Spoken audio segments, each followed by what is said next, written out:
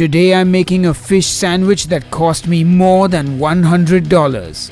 It's a beautiful cod fillet coated in beer batter and deep fried. We have a tartar sauce with caviar that goes over the fish. We top it with more caviar and encase it in a beautiful brioche bun. It looks like $100 for sure, but does it taste like $100? Watch till the end to find out. Horns up and welcome to a brand new episode of Headbangers Kitchen Sandwich Shop. Folks, I've got a confession to make. I've never eaten caviar in my life. Have you? Do you like it? What's the big deal about caviar? Well, anyway, I saw a fish sandwich on YouTube, an $80 fish sandwich being sold in LA where caviar is used in the tartar sauce, and I said to myself, let's buy some stupidly expensive caviar and make that fish sandwich and see if it's any good so that you guys don't have to. Anyway, that's been enough jibber jabber, let's get cooking. But first, let's taste the caviar. Time to open my first caviar tin. Whoa. Look at that, guys. That's $100 of food. 30 grams of caviar. Let's taste. Why do we pay so much money for this? It tastes a bit like egg yolk, like a cured egg yolk, salty, creamy. But is it worth the amount of money we pay for it? I don't know. You tell me. For this recipe, I'm going to be using these beautiful cod fillets which I will pat dry with a paper towel and then place on a wire rack. I will season the fillets with salt on both sides and then just let it sit for about 20 minutes.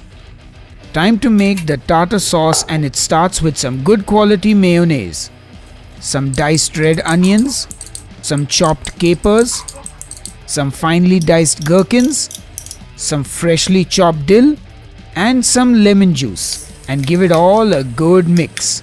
Most people add all the caviar to the tartar sauce, but hell no.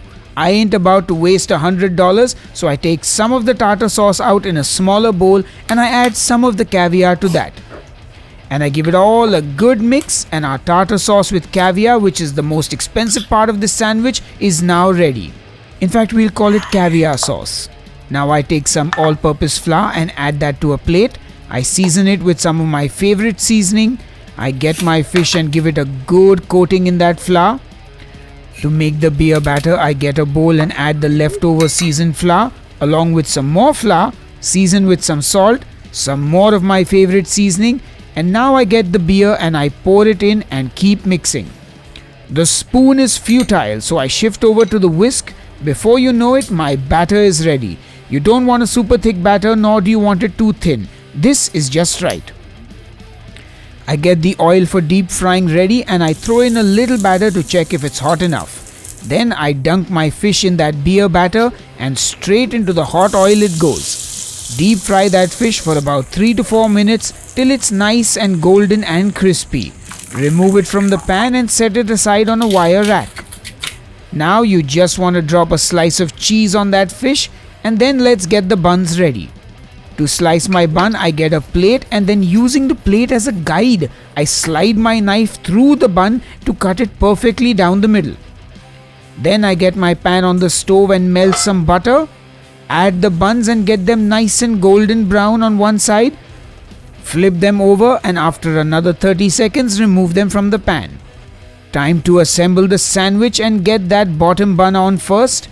Put some of that caviar sauce on the bottom bun, the fried fish on top of that, more of that caviar sauce. Then, just to be indulgent, some more caviar.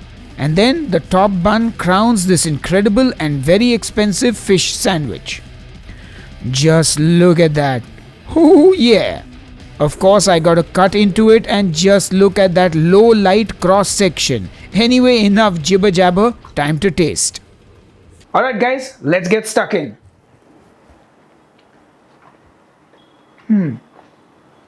I gotta be honest, it's a damn good fish sandwich, but you can't taste the caviar. It gets completely lost in the tartar sauce and honestly feels like a waste of money.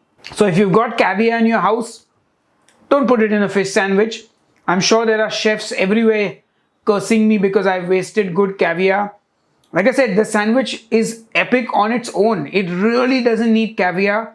Save your caviar for something better. And I'm going to go and finish this off and not be too cut up about, wasting the caviar. Anyway, enough jibber jabber. I will see you on the next episode of Headbanger's Kitchen. Until then, cheers and keep cooking. That's a really good sandwich. A big thank you to everyone who supports me on Patreon and here on the YouTube channel memberships. You all made this sandwich possible. Thank you. Bon appetit.